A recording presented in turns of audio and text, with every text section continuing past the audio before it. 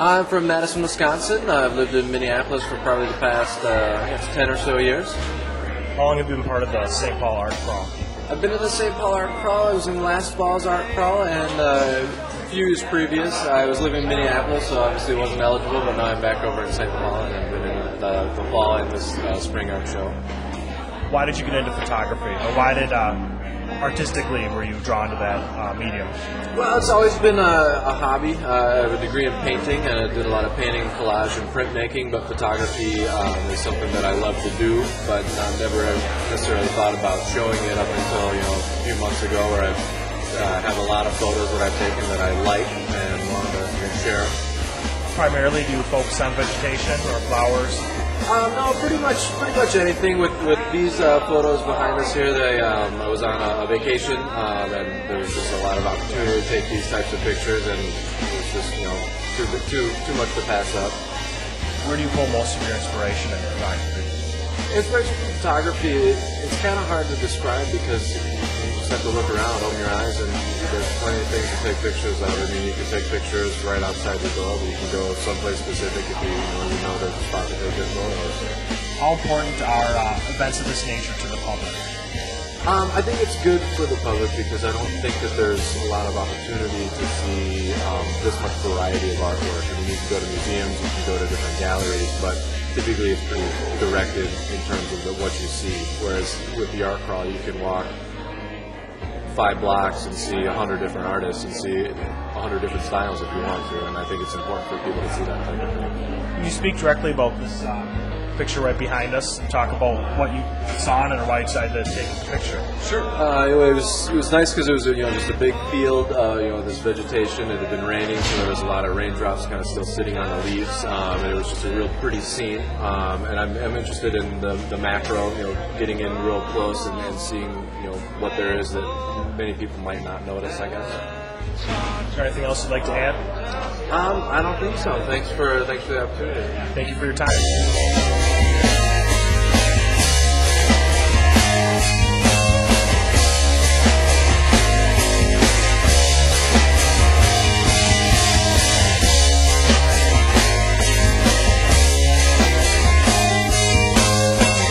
Come on, faithful, and charge them.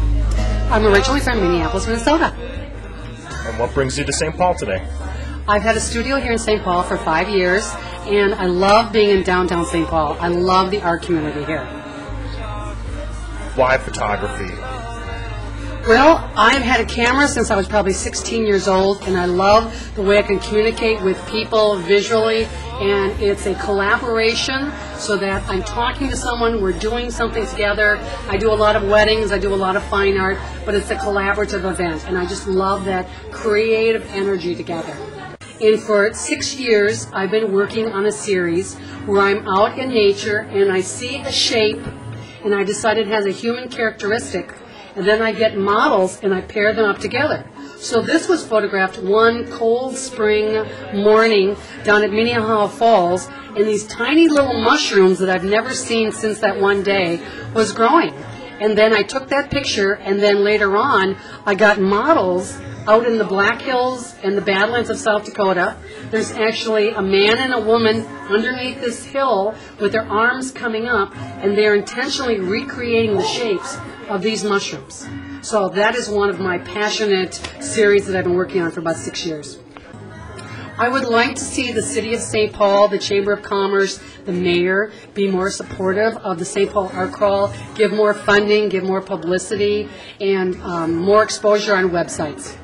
Thank you very much for your time. One more question, if that's okay. How have you seen this event grow through the years? I've seen it shrink through the years, and I see our funding being cut through the years. And how is that affecting the art community? Well, we can't publicize as well, so we don't bring in as many people, and that affects all of our bottom line because we're not making as much money as we did 6 years ago. Thank you again, Wendy, for your time.